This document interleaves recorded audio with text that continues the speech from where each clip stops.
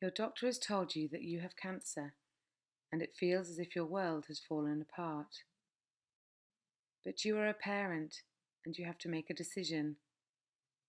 Do you tell your children? Do they need to know? You may decide that telling your children you have cancer will worry them too much, so you choose not to say anything to them about your cancer diagnosis. Over the next few days and weeks, your children may start to notice adults talking behind closed doors, adults talking in whispers,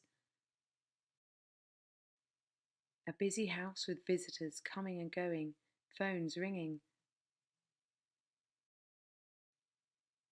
No matter how old your child is, they will pick up that something is wrong. This may lead to your child feeling confused, worried, alone, left out, angry, or frightened.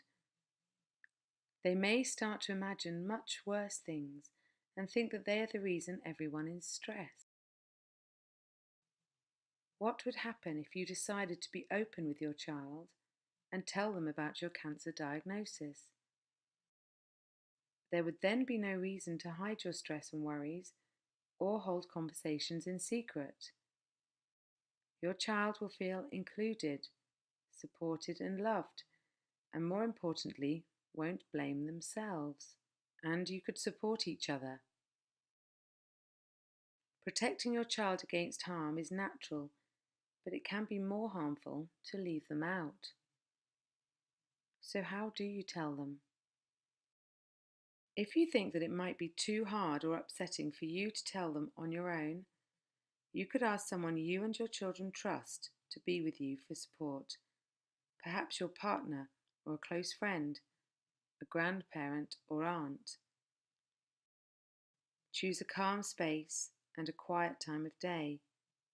If you have more than one child, try to tell them together. Rehearse what you might say and the answers you might give to their questions. Start with simple and short sentences. Give your children time to take the information in. Silences are okay. Be honest and don't use misleading ideas like I have a bug or confusing terms like I have the big C. Ask if they have any particular worries and answer questions they ask as best you can. It's okay to say you don't know some of the answers. Crying is good as it shows them that it's okay to show emotions. Don't assume they have the same fears as you and don't make promises you can't keep. Tell them what you currently know and try not to predict the future. Tell them that you love them and make sure they understand that they will always be looked after.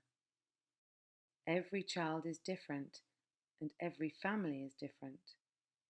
How you tell them about your cancer diagnosis will be dependent on their age, their level of understanding, and how your family talk to each other. Most 3 to 5-year-olds have a very basic understanding of sickness.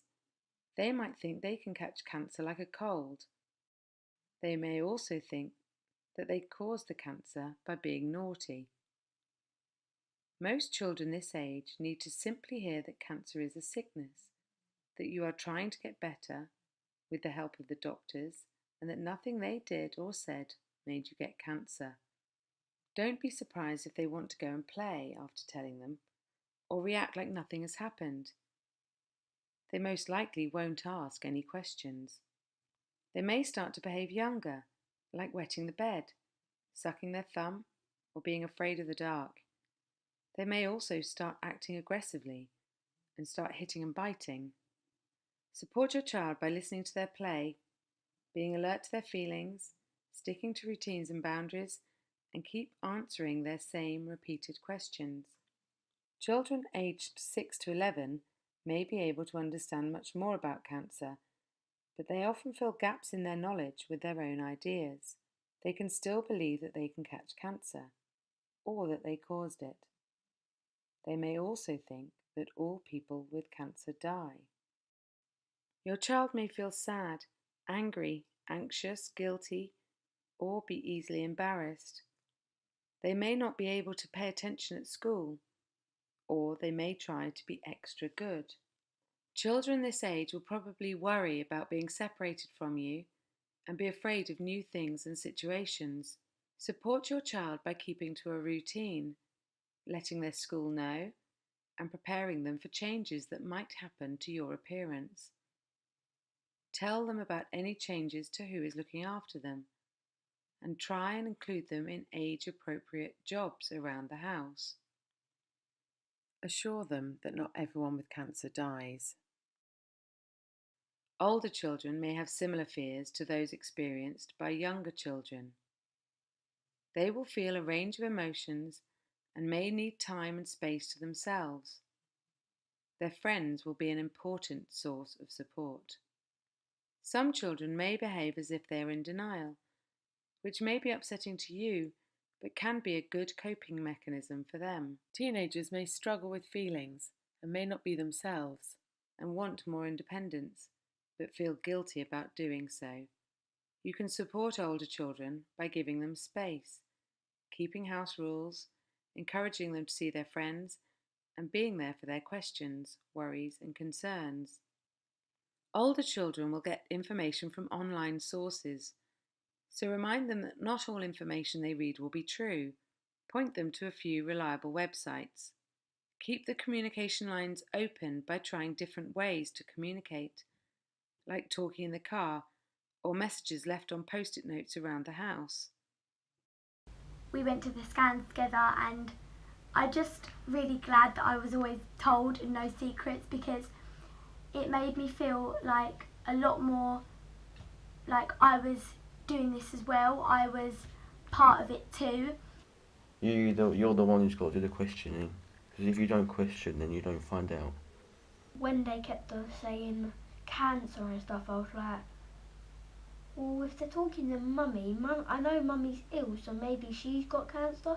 I have good ears, so every time they were talking, I could always hear them saying little kind of words, and I could always hear them saying the important words. Because I didn't know Mummy had cancer, I keep on saying, could you play with me? And when you go into the hospital tell you that he's got cancer, and then you feel so guilty about yourself saying everything. When Mummy's hair started coming out, I didn't understand, because I knew she was having special medicine, but it didn't make sense why her hair fell out. And I remember when Mummy explained it all to me, we sat down and she tied her hair up in a ponytail, and I chopped off the ponytail, and then my dad shaved the rest off. So then when I heard my mum had cancer, I was just like, well, if my friend died from cancer, then that's going to mean that my mum's going to die from cancer. She did the school run with me without her wig on, and it showed to everyone. And I've never been scared of someone being bald, and looking back on it now, I'm proud of Mummy to show the world. Remember, children are good at coping if they feel supported and feel that you are being honest with them. There is support out there for both you and your family. We know it's hard, but we really think it will help to talk to your children about your cancer. If you want to talk about any of the ideas or suggestions in this film, or you feel you need more advice, do talk to your cancer nurse specialist. They will be able to help you.